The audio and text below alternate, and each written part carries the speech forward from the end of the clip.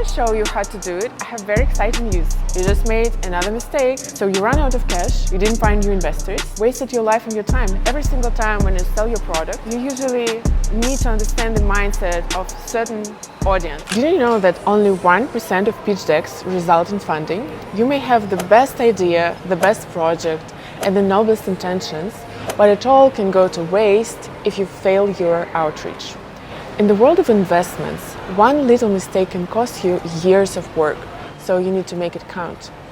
As someone who helps startups with early-stage fundraising in the Middle East, I've outlined 5 main mistakes you can make, and in this video, I'll share with you how to fix them. Mistake number 1, choosing quantity over quality. What I mean is pitching to every investor you can find. This is the most common mistake ever, all because logically it seems that the more shots you take, the better. But it doesn't work like that. And you shouldn't pitch your business without considering whether the VC actually invests in your type of business, your stage, seed or pre-seed, etc., and the specific industry you operate in. I would say that this strategy can even ruin your reputation because, let's say, right now you're a pre-seed founder and you targeted the pre-IPO investor. And some of the investors, they really have very good memory.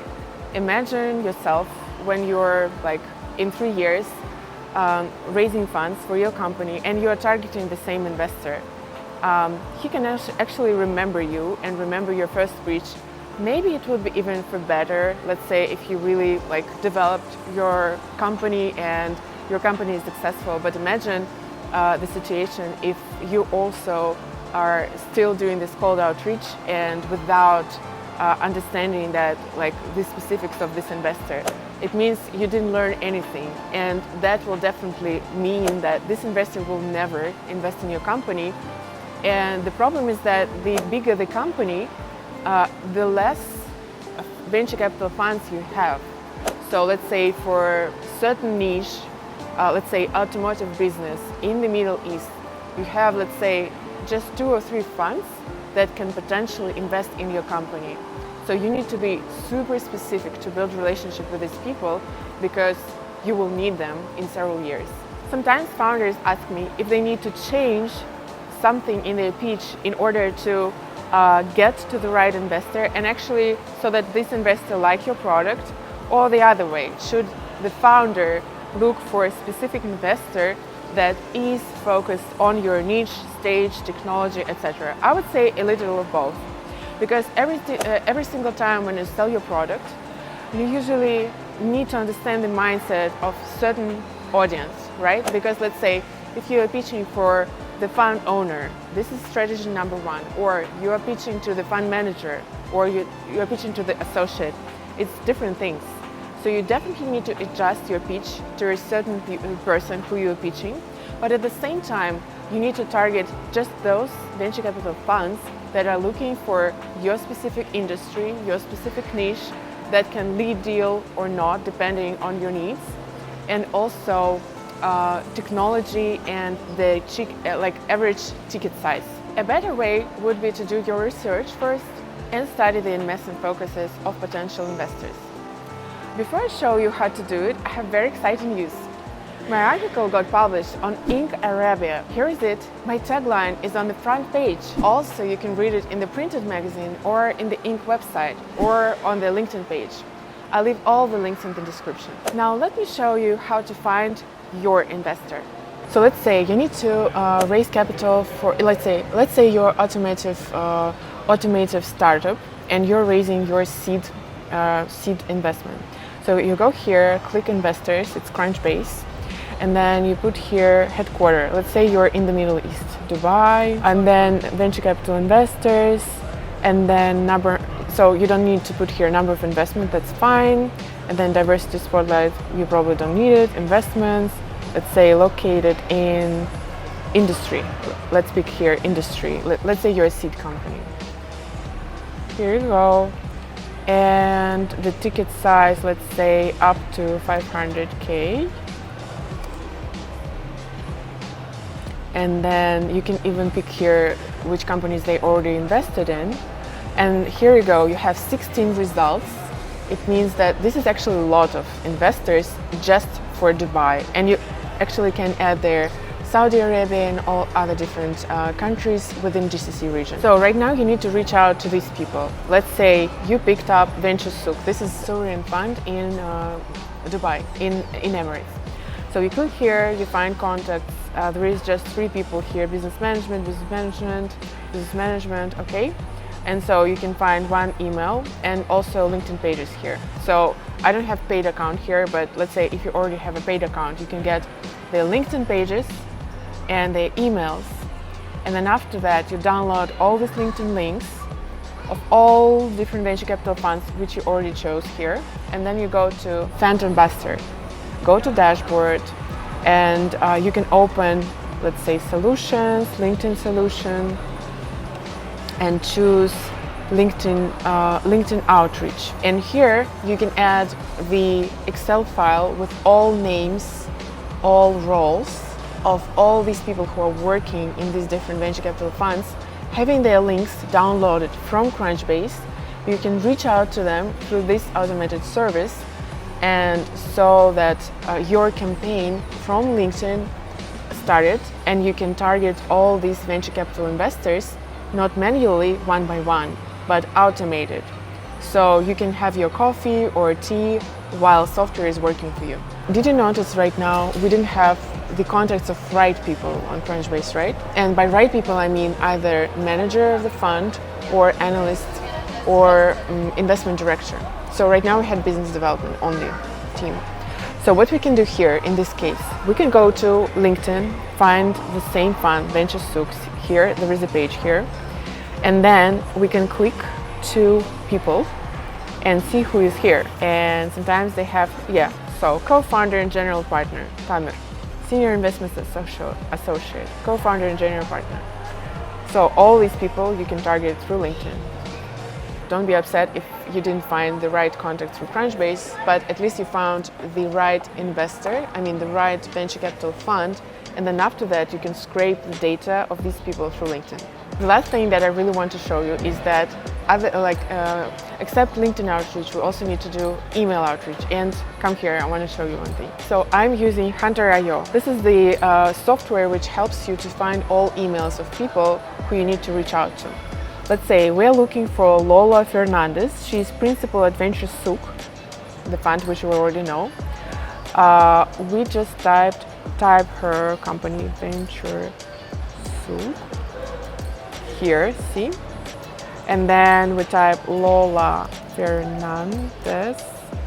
We find her data here on LinkedIn, and then we click here, find, and boom, we have her email. And then you can set up email campaign and target her and send her super nice email that you really want her to look into the opportunity to invest in your company. If you commit the first mistake, there are high chances you're also committing the second one, asking for the sake of asking.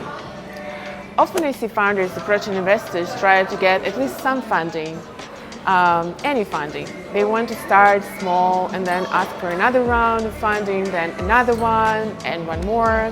Investors don't like this. Investors really like clear fundraising strategy. And let me tell you this. Imagine if investor is your client. It means that his ideal goal is to grow his money, right? It means that, let's say, the investor wants to invest at pre-seed stage and, let's say, exit at seed stage. There is not a lot of examples like that, but let's pretend that this is the case. So it means that you need to get him the clear picture of how he can exit at seed stage and how he can multiply his cash within your company. Sometimes founders just don't understand it. They sell the product and they are not selling the vision of the company or the exit strategy. But this is a very important thing. So let's say if you're just raising from angels, this is also important because they also want to get their multiplies on the money that they invested. So every time when you pitch investors, you need to understand how they see the exit. And please ask this question when you first introduce yourself and you first get acquainted with this angel investor or venture capital fund. Or learn if it's written somewhere on the website of these people, or maybe you can have get the referral from the founder who this person invested previously in. There is one risk. Sometimes founders are raising less initially. There is very big risk that, so let's say during COVID or even after the COVID, it is very hard to raise capital. And you can get into a situation where you raised, let's say $50,000, your initial check from angel investors. And then you spend this money and you have, let's say, 3 months more, and that's it. And you didn't have enough time to raise the next investment round. So you run out of cash, you didn't find new investors, and you just, wasted your life and your time and the money of your investors. What you need to understand is that you need to raise as much money that would be enough for you for at least 12 to 18 months. If you know for sure that your business is too small for investor, here's what you should do. Add them to your CRM. Create a database of investors, and for each one of them, make notes about the investment stages they are focused on. And then connect to them and build a relationship. Help them put their foot in your door and follow your traction. Don't let them go and forget about you and your product. Share updates online as much as possible. And when the right moment comes and your business reaches the stage a potential investor is focusing on, close the deal. I would also add that at this stage, founder can make one mistake. Let's say if the founder says, I'm not investing or I'm not the right investor for this stage. Use this opportunity. Ask these people to introduce you to other investors who are in their network and ask them to help you pitch your startup. Because a lot of American investors are super open to help you open other doors and introduce you to other investors from their network, and they're ready to follow your traction. So every time when you pitch, and if this is not the right investor, it happened that you just knock the door of not like the right investor for you, just ask to introduce you so that you are not wasting any step of your outreach. The third popular mistake is not doing the cold outreach correctly.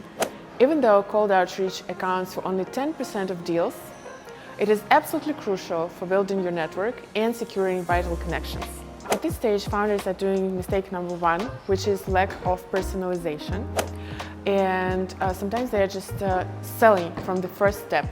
This is not right. So you are losing a lot of people on that stage. So first you need to build a relationship. You need to make people to connect with you. And after that, you need to invite them to engage with you, to share your pitch deck, or to go directly on a call with you if this is analyst of the fund. One more mistake that usually people do is that they forget that behind this LinkedIn page is a human. And sometimes even I'm receiving messages and I just understand that people do not understand my feelings, that I could be overwhelmed or I could be, busy with something. They just don't understand that I'm a human. So you need to think that you are targeting a person and just create the outreach that is, that is actually counting my needs and my, human rights, if I could say so. I hope that you get the idea. Main rule of good outreach consists of two words: mutual benefit. Both parties should benefit from that, and your investor should also know that. How to show in your outreach something about mutual benefits? First of all, you need to tell the person that you're really here to exchange values, or you're here to add value to this person's career or life or business. And also you can share some important news, different tickets to different conferences or different articles in your niche. So first you need to understand what this person actually needs, how he or she sees development in her career, and then after that try to be useful and try to see how you can add value to this person's career or business. Always remember that cold outreach is just the beginning, and with proper nurturing it can turn into warm relationship and sign deals. Some time ago I just was thinking that these people who I'm closing deals right now in Saudi Arabia, my top contacts as I call them, where did I get them? Obviously in LinkedIn. So right now these people are helping me to work with different global companies and plug them into Saudi Arabia ecosystem. By the way, I don't remember if I had a chance to introduce myself, but my name is Junior Hazis. I'm a deal maker in GCC region, and I help companies to raise capital from seed and Series A venture capital funds. And also I help them to get initial traction in this Middle East area, in Saudi Arabia, in Emirates, and in Qatar. Always remember that cold outreach is just beginning. And with proper nurturing, it can turn into warm relationship and signing deals. But let's say you've successfully overcome all the obstacles and now are preparing for a pitch. How would you start it? Would you just begin talking about your business and how good the product is? Well, if you're nodding your head right now, then congratulations, you just made another mistake. When pitching to investors, you are not selling them a product. You are selling shareholder value, returns on investment. The first thing that usually investors evaluate is your ability to sell. Let's say if you're a pre-seed founder right now and you're pitching to your investor will evaluate if you will be able to sell your idea and your product to a Series A investor. If you are actually able to sell. So for every single founder, I really recommend to develop the skills of sales manager, salesperson, even if you're a tech guy. Instead, include financials in your pitch deck. TechCrunch did a research and found that only a quarter of 300 pitch decks they analyzed had financials in them. And no startup without financials has secured funding. I think that when you include financials in your pitch deck, it actually helps investors to see money generating potential of your business, because you are the only person who really understands how it works, even though investors usually invest in niches that they do understand really very good, and probably they developed the startup previously in this niche and also exited this. My suggestion is that it's really very good, and I think that you actually show your way of thinking, how you do it, and it really helps you to show that it's not just. So it actually shows investors that this is business. And you show them where this business is exactly. That's exactly what they are looking for. Finally, the interview. You pitch, answer a few questions, and then you hear the final, "I'm in." Can you fail now? Yes. Right now you're going through due diligence stage. You have to show your business, legal documents, projections, etc. And you have to show yourself as a reliable partner and also build a mutually beneficial connection. Okay, so at this stage, I recommend you to hire the person who can review all your financials, all your legal structure, and actually make some suggestions, so that you would be absolutely sure that from the business perspective, you are all clear. When you're raising funds, your main goal should be finding the right investor, the one that could actually help you build your empire. Preferably, you want money and guidance, and not just money. What benefits you can get from investor out of his money, right? Let's say this person is an exited founder, so he knows everything about exit. You can actually ask him to guide you how he sees the exit strategy and what could be the case for him, like how he sees the beneficial interaction. That's number one thing. Also, maybe this founder, he already have connections with businesses all around the world. And let's say you are building a B2B company. So maybe this founder can help you close some B2B deals in different countries, right? So you can get more contracts and get more money.